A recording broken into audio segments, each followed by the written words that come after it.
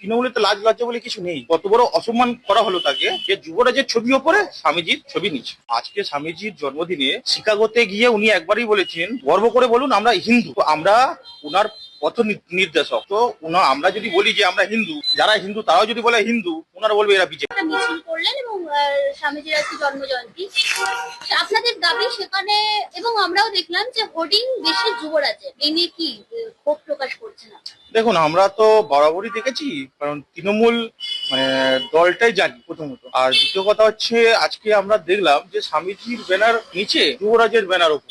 তো আজকে ওনারা তো সম্মান কাউকে কোনো মনীষীদের করতেই পারে, কোনো মনীষীদের সম্মানই করতে পারে না তৃণমূল দল। আর হিন্দুদের আজকে স্বামীজির জন্মদিনে শিকাগোতে গিয়ে উনি একবারই বলেছেন যে মানে গর্ব করে বলুন আমরা হিন্দু। তো আমরা ওনার পথ নির্দেশক, তো সেই পথে আমরা চলছি। তো আমরা যদি বলি যে আমরা হিন্দু, যারা হিন্দু তারাও যদি বলে হিন্দু, ওনারা বলবে এরা বিজেপি, এরা বিজেপি। তো ওরা ভাবুক, তাতে আমাদের কোনো যায় আসে না। তো আমরা একটাই জিনিস দেখবো, আজ কত বড় অসম্মান করা হলো তাকে, যে যুবরাজের ছবি ওপরে স্বামীজির ছবি নিচ্ছে। এই যে দেখা যাচ্ছে এইরকম একটা মানে ঘটনা, এই ঘটনাটা আপনারা ভালো চোখে দেখছেন না এবং জনগণও সেটা ভালো চোখে দেখছেন না, কিন্তু তৃণমূল হয়তো ভালো চোখে দেখছে। তৃণমূলের তো লাজ লজ্জা বলে কিছু নেই। এটা তো লাজ লজ্জা বলে কিছু। এর উত্তর 2026-এ বাংলার জনগণ অবশ্যই দেবে। যুবরাজ তো নবজোয়ারের কাণ্ডার।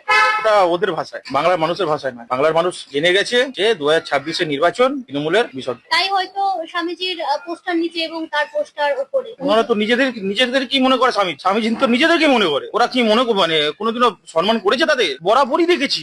আপনি ওই এর আগে দেখুন, যেখানে ওনার সভা হচ্ছে, নেতাজিকে উনি নিচে রেখে ওনার ছবি ওপরে। তো তৃণমূল দলটাই পুরো যায়। এনারা মানে বলে যে আমরা নাকি কোনো সম্মান দিতে পারি না। সব থেকে যদি আমরা ঋষি মনীষীদের দিকে সম্মান করে থাকি আমাদের ভারত।